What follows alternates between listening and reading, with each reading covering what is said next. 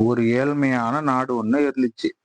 அங்க வாழ்ற மக்கள் சாப்பாட்டுக்கே ரொம்ப கஷ்டப்பட்டாங்க.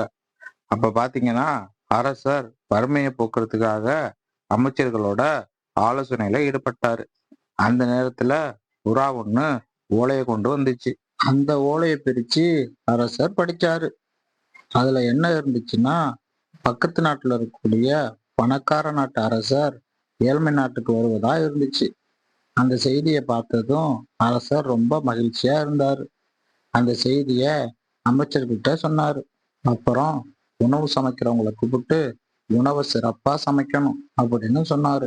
ஒரு வாரம் கழிச்சு பணக்கார நாட்டு அரசர் அமைச்சரோட ஏழ்மையான நாட்டுக்கு வந்தாரு.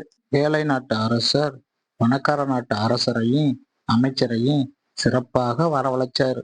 இதே நேரத்துல சமைக்கிறவங்க சமையல் கூடத்துல உணவை தயார் பண்ணிக்கிட்டு இருந்தாங்க. இப்படி சாப்பாடா தயார் பண்ணிட்டு இருக்கும்போது சமையல் கூடத்தோட மேற்பகுதியில இருந்து ஒரு உருண்டையான பெரிய கல் வந்து சாப்பாட்டுல விழுந்துச்சு. சமைக்கிறவங்க திரு திருன்னு முழிச்சாங்க. பிறகு கரண்டிய வச்சு சாப்பாட்டுல அந்த கல்லை தேடினாங்க. எவ்வளவு தேடினாலும் கல்லு கிடைக்கல. அதனால சமைக்கிறவங்க ரொம்ப பயந்து போயிட்டாங்க. இதே நேரத்துல அரண்மனையில இருந்த ஏழை நாட்டோட ராஜா சிப்பாய்களை கூப்பிட்டு போய் சாப்பாடை கொண்டு வாங்கன்னு சொன்னாரு.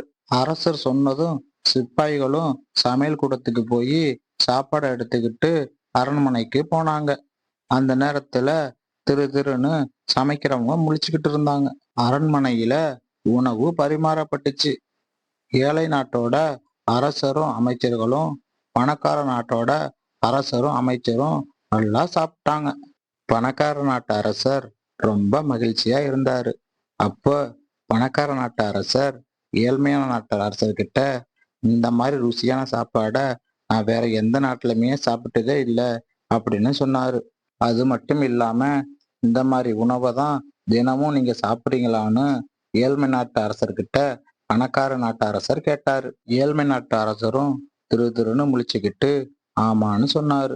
ஏழ்மை நாட்டு அரசர்கிட்ட பணக்கார நாட்டு அரசர் இந்த ருசியான சாப்பாட்டோட ரகசியத்தை சொன்னா உங்க நாட்டோட வறுமையை போக்க உதவி பண்றேன்னு சொன்னாரு. அதுக்கு ஏழை நாட்டு அரசர் பணக்கார நாட்டு அரசர்கிட்ட இது மிகப்பெரிய ரகசியம், இத புறா வழியா உங்களுக்கு ஓலை அனுப்புறேன்னு சொன்னாரு.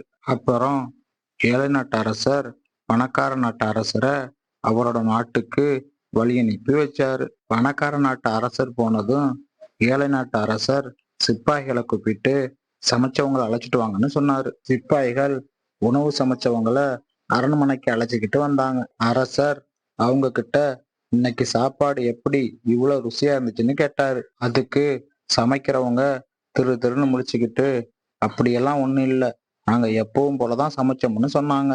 அதுக்கு அரசர் இப்ப உண்மைய சொல்ல போறீங்களா இல்ல உங்க தலையை எடுக்கட்டுமா அப்படின்னு கோபமா கேட்டாரு. இப்படி அரசர் கோபமா கேட்டதும் சமைக்கிறவங்க பயந்துகிட்டு நடந்த உண்மைய சொன்னாங்க. உடனேயே அரசர் 6 மாசத்துக்கு முன்னாடி என்ன நடந்துச்சுன்னு நினைச்சு பார்த்தாரு. 6 மாசத்துக்கு முன்னாடி ஒருத்தன் அரசர்கிட்ட வந்து இது அதிர்ஷ்டமான கல்லு, இத வச்சுக்கோங்கன்னு கொடுத்தான். அந்த கல்லை வாங்கிக்கிட்டு அரசர் அவனுக்கு சில பரிசு பொருட்களை கொடுத்து அனுப்புனாரு. அரசர் அந்த கல்லை கொண்டு போய் சமைக்கிறவங்க கிட்ட கொடுத்தாரு. சமைக்கிறவங்க அந்த கல்லை சமையல் கூடத்தோட மேற்பகுதியில வச்சுட்டாங்க. அந்த கல்லு தான் இப்ப சமைக்கும் போது சாப்பாட்டுல விழுந்துருச்சுன்னு மன்னருக்கு புரிஞ்சிச்சு. உடனே அரசர் அந்த கல்லை கொடுத்தவனை அரண்மனைக்கு அழைச்சிட்டு வாங்க அப்படின்னு சொன்னாரு. சிப்பாய்களும் அவனை அரண்மனைக்கு அழைச்சிட்டு வந்தாங்க. அவங்கிட்ட அரசர் இந்த கல்லை எங்க இருந்து எடுத்தான்னு கேட்டாரு. அதுக்கு அவனும் நான் இந்த கல்லை கடற்கரை ஓரத்துல எடுத்தேன்னு சொன்னான். உடனே அரசர் சிப்பாய்கள் கிட்ட இவனை கடற்கரைக்கு கூட்டிட்டு போங்க, அங்க இருக்கக்கூடிய கற்களை பொறுக்கிட்டு வாங்க அப்படின்னு சொன்னாரு. சிப்பாய்களும் கடற்கரையில இருக்கக்கூடிய கற்களை பொறுக்கிட்டு வந்தாங்க. அரசர் இப்ப 2 பாத்திரத்துல சமைக்க சொன்னாரு. ஒரு பாத்திரத்துல இருக்கிற சாப்பாட்டுல அந்த கல்லை போட சொன்னாரு. இன்னொரு பாத்திரத்துல இருக்கிற சாப்பாட்டுல அந்த கல்லை போட வேணாம்னு சொன்னாரு. இந்த 2 சாப்பாட்டையும் சாப்பிட்டு பார்த்தாங்க. அந்த கல்லு போட்ட சாப்பாடு ரொம்ப சுவையா இருந்துச்சு. இந்த கல்லு தான் சாப்பாட்டோட ருசிக்கு காரணம்னு அரசருக்கு நல்லா புரிஞ்சிச்சு. அப்புறம் சாப்பாட்டோட ரகசியத்தை ஒரு ஓலையில எழுதி புறா வழியா ஏழை நாட்டோட அரசர் பணக்கார நாட்டுக்கு அனுப்புனாரு. பணக்கார நாட்டு அரசரும் ஏழை நாட்டுக்கு உதவி பண்ணாரு. ஏழை நாடும் வறுமையிலிருந்து மீண்டு வந்துச்சு. ஏழை நாட்டு அரசர் மகிழ்ச்சியா இருந்தார். இப்படிதான் உப்பு கண்டுபிடிச்சிருக்காங்க. இந்த மாதிரி கதை வேணும்னா நம்ம சேனலுக்கு லைக் பண்ணுங்க, கமெண்ட் பண்ணுங்க, முடிஞ்சா சப்ஸ்கிரைப் பண்ணுங்க.